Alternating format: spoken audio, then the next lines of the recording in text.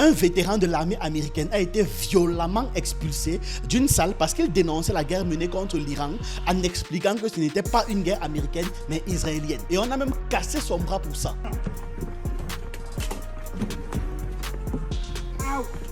Personne ne veut se battre pour Israël.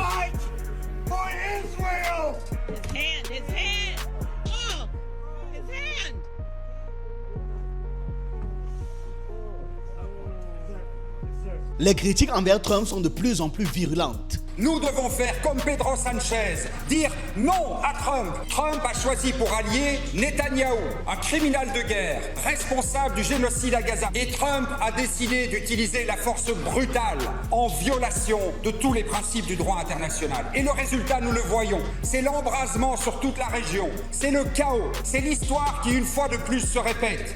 Je peux vous dire qu'avec moi, il n'y aura pas de guerre avec l'Iran. C'était une promesse de Donald Trump, alors candidat, largement relayée par ses partisans. 2 ans plus tard à peine, les États-Unis sont engagés dans un nouveau conflit. Dans le camp trumpiste, le choc est brutal. Certains vont même jusqu'à parler de trahison. Je n'ai pas fait campagne pour cela. Je n'ai pas donné d'argent pour cela. Je n'ai pas voté pour cela. Ni lors des élections, ni au Congrès. Au milieu de la guerre contre l'Iran, il y a un incident survenu à Washington qui est devenu en quelques heures seulement le symbole du climat politique extrêmement tendu aux États-Unis qui s'est décidé avec cette dernière administration de recommencer à mener des guerres au Moyen-Orient. L'affaire concerne un vétéran du corps des marines nommé Brian McGinny. Les faits se sont déroulés mercredi 4 mars 2026 vers 10h à 11h du matin. Au Capitole, pendant une audition officielle de la sous-commission du Sénat chargée de la préparation et de la gestion des forces armées américaines qui vont être déployées en Iran. Enfin, au Moyen-Orient globalement, pour combattre contre l'Iran. Vous comprenez ce que je veux dire. Cette audition portait donc précisément sur la question la plus sensible du moment, c'est-à-dire les préparations militaires des États-Unis en cours. Environ 30 minutes après le début de la séance, alors que les sénateurs et les responsables militaires étaient en train de discuter de la gestion des troupes et des capacités militaires américaines, il y a un homme qui était assis dans le public, qui s'est soudainement levé et il portait l'uniforme de la marine. Cet homme, c'est Brian McGinny. Et il a commencé à crier à haute voix des phrases qui allaient immédiatement provoquer dans la salle. Il a déclaré « Israël est la cause de cette guerre. Les États-Unis ne veulent pas mener cette guerre pour Israël.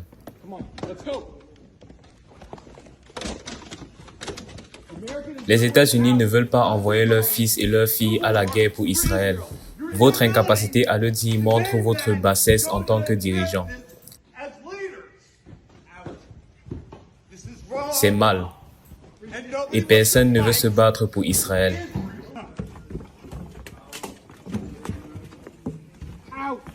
Personne ne veut se battre pour Israël.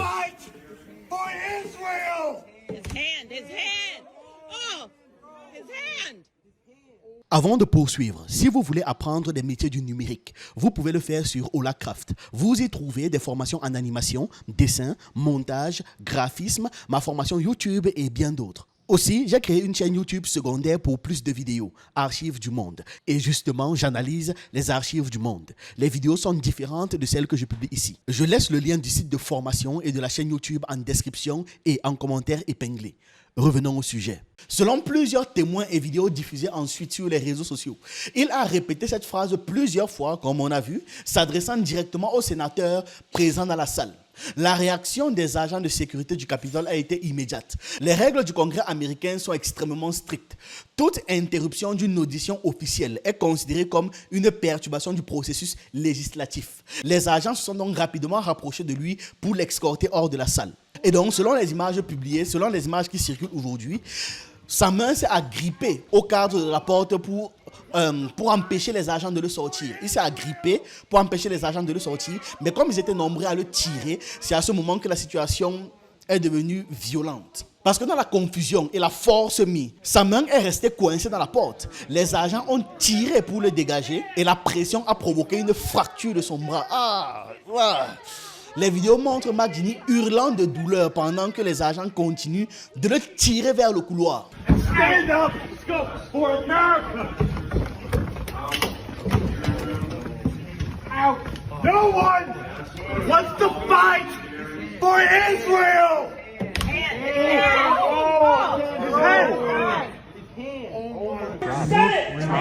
second the door.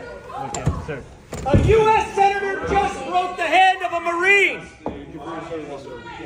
Hands stuck. A U.S. Senator just broke the hand of a Marine. You're a coward. Punk. Yeah, go fuck yourself. What'd you say, Senator? Everybody sit down, please. Everybody sit down, please. I'm getting out of here. That's fine. Everybody sit down, please. Is your hand okay? Okay. No, it's not. Un autre élément a particulièrement marqué les gens qui ont regardé les vidéos, c'est l'intervention d'un sénateur en personne, le sénateur républicain du Montana, Tim Sheehy. C'est un ancien de l'armée de la Navy Seals et il est une figure politique proche de Donald Trump. Il s'est levé de son siège et a physiquement participé à l'expulsion de McGinney. Plus tard, Sheehy a expliqué qu'il voulait aider à calmer la situation et à rétablir l'ordre globalement. Voilà, c'est ce qu'il expliquait. Mais les gens n'y ont pas cru, pas un seul instant. Parce que cette intervention n'était pas seulement un geste de sécurité. Elle avait aussi une dimension politique. Parce que Sheehy, le voici, c'est lui qui a une veste différente. Ce type est connu pour ses positions très favorables à Israël et pour avoir reçu des dons de l'organisation comme AIPAC. L'AIPAC, American Israel Public Affairs Committee, est le principal groupe de pression ou alors le principal lobby pro-israélien aux États-Unis. Ça a été fondé en 1963 et l'organisation a pour mission de renforcer les relations entre les États-Unis et Israël, quitte à aider un peu les dirigeants américains d'une manière ou d'une autre. Vous comprenez l'idée. C'est comme ça que les critiques estiment, et avec raison, que le geste du sénateur visait surtout à montrer qu'aucune critique contre Israël ne serait tolérée pendant cette guerre, dans ce contexte de guerre. Les images de la scène ont été filmées par plusieurs personnes présentes dans la salle, notamment les militants du groupe Code Pink. D'ailleurs, pendant qu'eux-mêmes ils filmaient, d'autres aussi filmaient. C'était à la fois des civils, des représentants et j'en passe. Les vidéos montrent clairement le bras tordu de McGinney, criant de douleur, et les agents du Capitole le traînant hors de la pièce, qui ont même incité à le tirer avant qu'un gars ne constate qu'en fait c'est parce que sa main était coincée. No one wants to fight for Israel.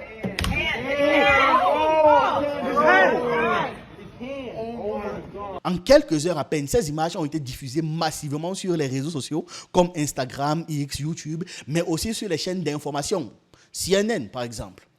La scène particulièrement brutale a immédiatement déclenché une tempête politique. Pour comprendre pourquoi est-ce que cette affaire a pris une telle ampleur, il faut aussi regarder qui est Brian McGinney. Parce qu'il ne s'agit pas d'un simple manifestant anonyme, non. McGinney est un ancien sergent du corps des marines américains. Il a servi au Moyen-Orient et a reçu plusieurs décorations pendant sa carrière. Aujourd'hui, il est âgé de 44 ans, originaire de Caroline du Nord et travaille comme pompier à Raleigh. D'ailleurs, il est toujours en activité là-bas actuellement. Mais il est également engagé en politique. Il est candidat au Sénat américain en Caroline du Nord sous l'étiquette de Green Party pour les élections de mi-mandat 2026. McGinney qui a fait la guerre est devenu un militant anti-guerre de longue date. Avant cet incident, il avait participé à plusieurs manifestations contre la guerre dans la région du Moyen-Orient.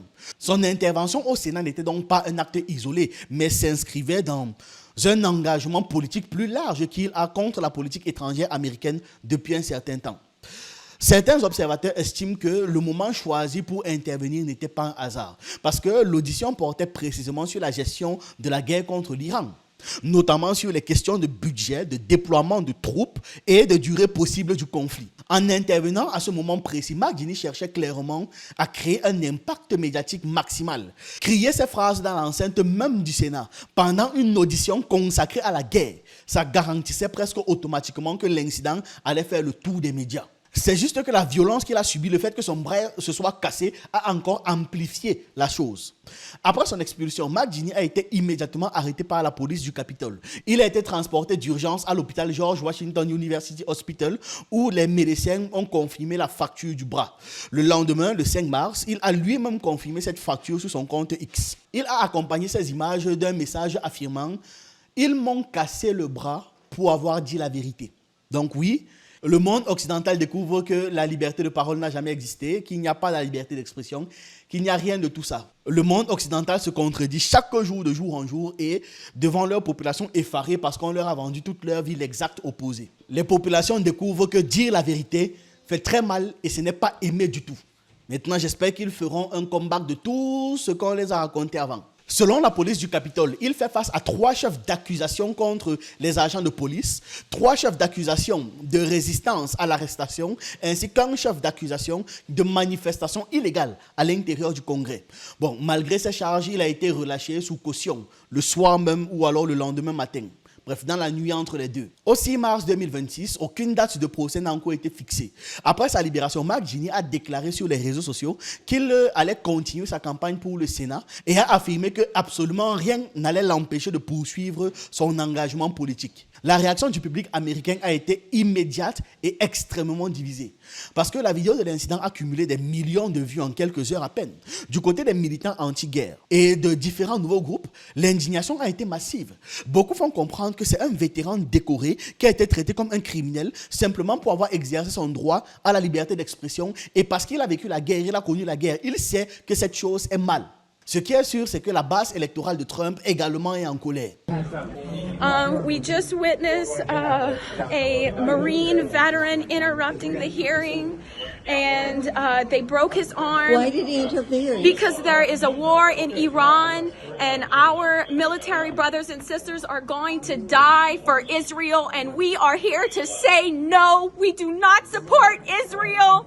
We do not want to die for Israel. Stop the war in Iran right now.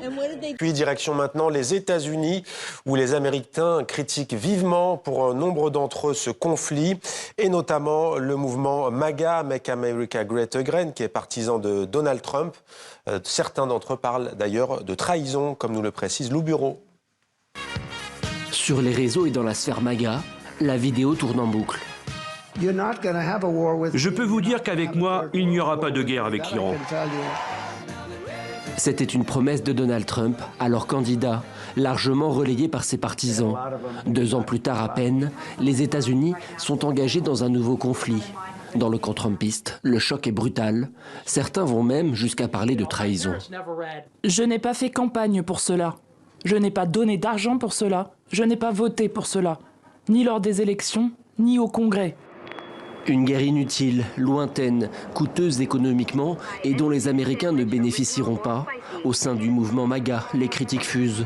Les images des premiers morts américains sont partagées sur les réseaux sociaux, ravivant les traumatismes de l'Irak et de l'Afghanistan. Beaucoup s'interrogent sur les raisons qui ont poussé Donald Trump à intervenir. C'est la guerre d'Israël. Ce n'est pas la guerre des États-Unis. Cette guerre n'est pas menée au nom de la sécurité nationale pour rendre les États-Unis plus sûrs ou plus riches. Une justification qui séduit de nombreux partisans MAGA et qui est renforcée par l'incapacité de l'administration à justifier l'urgence et les objectifs de la guerre. Au cœur de cette séquence, Marco Rubio apparaît sur la défensive devant les journalistes. Le président Trump a décidé d'attaquer en premier, estimant qu'ils allaient nous attaquer. Et il n'était pas question que nous subissions le premier coup de leur part. Une attaque préventive selon la Maison-Blanche, l'argument est loin de convaincre les Américains. D'après un récent sondage, près de 75% des citoyens désapprouvent la guerre contre l'Iran.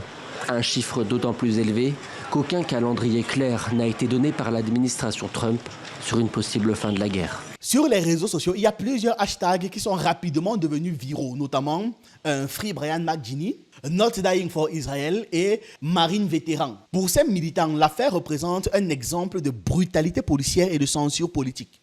Du côté des partisans de Trump et des soutiens d'Israël, la réaction est très différente, forcément, l'exact opposé. Parce que pour eux, McGinley a perturbé une audition officielle du Sénat et doit donc assumer les conséquences de ses actes. Certains commentateurs l'accusent même d'être anti-américain ou alors littéralement de soutenir l'Iran.